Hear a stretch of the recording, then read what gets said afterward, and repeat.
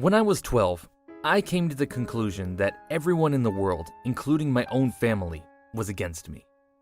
I was never a problem child, but my parents sure treated me like one. For example, I used to need to be home by 5 p.m. every day. Now this clearly restricted my amount of playtime outdoors. I wasn't allowed to have any friends over at my house, nor was I allowed to go over to anyone else's. I had to finish my homework directly after I came home from school, no matter how long it took.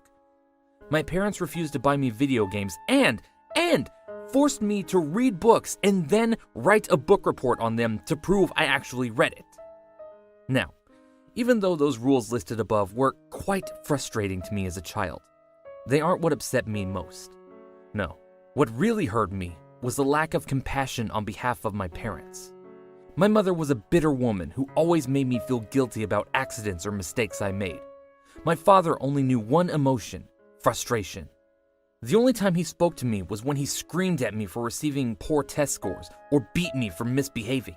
But enough about them. Let's talk about my school's psychologist.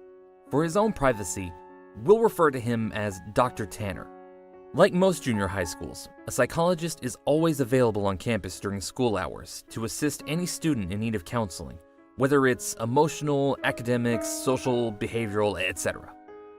Every day, I would walk past his office on my way to the cafeteria and peek through his door's little window. He would always be alone in there, working on some paperwork. I guess that most kids were too afraid to speak about their problems to an adult who was practically a stranger.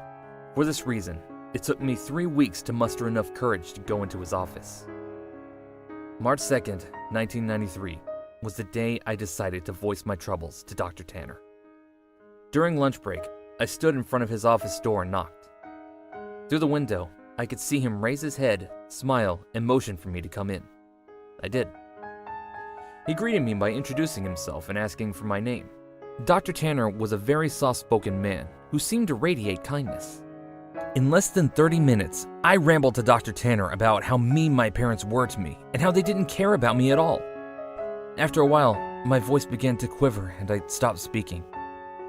The psychologist listened patiently to my whole spiel, arms folded and head nodding. I half expected him to begin talking about how everything I had just said was untrue and that my parents loved me dearly and blah, blah, blah. But he didn't. Dr. Tanner leaned towards me with a grin on his face and said, "You know, I'm the best school psychologist in the world. I promise we will fix this." I rolled my eyes. "Okay, but how?" I asked. "I have my ways," he replied. "I'm a man of my word. I promise that within just 1 month, the relationship between you and your parents will change for the better. Forever." After a brief pause, he continued, "Although I do need you to make me a promise. You have to promise me that you'll come back to my office after school tomorrow and that you won't tell anyone that we had this conversation today. It'll be our little secret." I promised. The following day, I returned to Dr. Tanner after school. It was around 4 p.m. when I entered his office. After a warm welcome, he asked me to have a seat in front of his desk once again. Upon sitting down, I watched Dr. Tanner close the blinds of the door's tiny window. "There," he smiled. "Now we have all the privacy we need." We began to talk about my likes and interests, my favorite subject in school, and my least favorite teachers, that kind of thing. About an hour into the conversation, Dr. Tanner offered me a soft drink. I gladly took the offer, considering my parents never allowed me to drink soda. Dr. Tanner reached over to his mini fridge and fidgeted around before setting down 2 open cans of soda on the desk. Afterward, we continued to talk about what was going on in my life, but it wasn't long before I passed out from whatever drugs Dr. Tanner placed in my drink. It took me a minute or so to adjust to my blurred vision upon waking, and when it did, I had no idea what to think. I was handcuffed to a bed and my mouth was sealed with duct tape. I immediately began to panic, squirming and tugging at the cuffs, but gave up soon after. My eyes widened in disbelief after looking around the room. There were posters of superheroes pinned up along the walls and photographs of famous athletes on the shelves. In the middle of the room was an old television and Super Nintendo, various game cartridges stacked alongside it. I didn't know what to think. Here I am in a room filled with items most kids would die to play with. I would have probably cried from joy, hadn't I been handcuffed to a bed frame. My stomach sank once again as the door opened and Dr. Tanner walked inside. He sat down on the edge of the bed. "Now listen," he said. "Remember that I'm here to help you and I would never hurt you, okay?" Dr. Tanner gently removed the tape from my mouth and then the cuffs from my hands. My first instinct was to begin to cry, but something about Dr. Tanner made me feel safe. He smiled at me. "You're going to be staying here for a while," he continued, "and during this time, you're allowed to play with any toys in this room while I'm here at home. But when I leave the house, I'll need to cuff one of your hands back to the bed. You can still watch the television, but I want you to only watch the news channel while I'm away." I sat in silence, still trying to process the information he had given me. "So," Dr. Tanner yipped, slapping me on the knee, "you go ahead and knock yourself out. I'll be back when it's time for dinner." He got up from the bed, walked across the room, and clicked the TV's power button before locking the door behind him. Several more minutes passed before I realized that Dr. Tanner wasn't joking. All that was left for me to do was boot up the Nintendo and play Mario until nightfall. At about 7 p.m., Dr. Tanner returned to the room carrying 2 plates of mashed potatoes and chicken strips. I finally gathered up the courage and asked him how long I'd be staying in this room. "Well, about a month," he replied, "give or take a few weeks. I just have some work I need to do."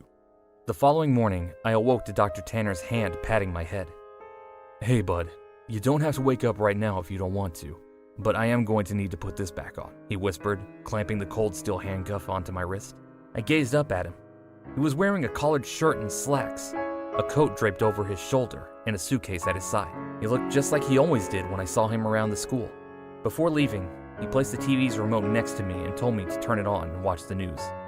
The first thing I saw upon turning it on was a breaking news segment. An important-looking police soldier stood at a podium surrounded by people with microphones. I happened to begin viewing halfway through his speech. "A statewide Amber Alert has been issued as of this morning. We have several investigators working towards identifying potential abductors, but as of right now, there is not much evidence. Faculty members state that the boy had been last seen around 4 or 5 in the evening on..." I began to feel nauseous as a photograph of me appeared on the screen. It was my yearbook picture from last year. Pictures for the photograph displayed my name and my age, my school and my town. Above my picture were alternate titles: FBI begins search for child and kidnapping suspect unknown and potential runaway. The live footage continued, and 2 figures I soon recognized as my mom and dad stepped up to the podium. Both appeared to have reddened eyes. Tears streamed down my mother's face as she took hold of the microphone. I'd never seen so much emotion come from my mother before, as she wept on live television, stuttering on sentences such as, "Please, return my baby back to me," and "I'm so sorry, and please, come home to us." When my father took the microphone, I nearly expected his attitude to be stone cold. But he too had tears in his eyes. He pleaded to the world to bring his son home safely, and lastly begged for my forgiveness. "I know I haven't been the best father, but god damn it do I wish I had been now. Please, bring my boy back." I turned the power off shortly after. My emotions were mixed, for I had never once seen my father cry. I felt miserable that my parents were being put through so much, but at the same time, I felt relief. I now know how much my mom and dad loved me. Nearly 4 weeks have passed, and Dr. Tanner has been treating me with utmost respect. He leaves me in the morning cuffed to the bed frame, but returns in the afternoon to eat lunch and dinner with me, talk, and play games. I never would have guessed how good Dr. Tanner was at Monopoly and Scrabble. But one morning, when Dr. Tanner woke me up before heading off to work, I noticed a stern look on his face. I also noticed that it was 3 hours earlier than when he usually wakes me. "You need to watch the news today. No exceptions. I want you to keep the television on all day and pay close attention to it," he stated grimly. I, of course, complied and watched him exit the room. About 2 hours later, a breaking news segment interrupted the toothpaste commercial I was watching. The title, "Human Remnants Found."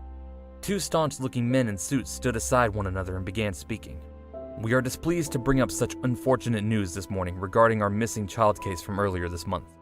One of the men bowed his head while the one speaking shuffled through some papers. He continued.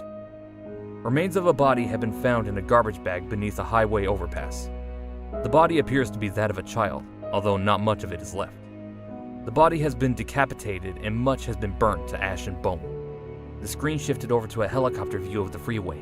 Dozens of police cars gathered near the bottom of the tall overpass. The man's voice could still be heard. Within the bag, police found a junior high school identification card labeled as such. The screen showed the school ID card I always carried in my backpack. The plastic was sort of melted away, but my photograph and name were intact. After the two men dismissed themselves, the camera panned over to my parents. They were sitting among reporters. My mother's face held a painful grimace, and my father sulked his head down to his knees. I shut the television off. Dr. Tanner returned home very late. He hurried into the room, unlocked my cuffs, and placed a bottle of fizzing water into my hand. He placed his hands onto my shoulder and smiled. "I made you a promise, didn't I?" I nodded, tears squeezing their way out of my eyes. "You need to make me a promise again," he whispered. He told me that I needed to drink all the water in the bottle. It would help me sleep, and that from here on, I am never to tell anyone that I ever met him. I promised. "I told you, I'm the best psychologist in the world, didn't I?" And he was right. I awoke later that night to find myself lying in the middle of a park, stars shining brightly across the night sky. I recognized this park. It wasn't too far from my house. A mile or so down the road, I saw my house. The lights were off inside, but I can make out my father sitting on the steps leading up to the front door. I hesitantly called out to him. He lifted his head slowly, and when he saw it was me, he sprang to his feet, ran towards me, arms open, yelling my name.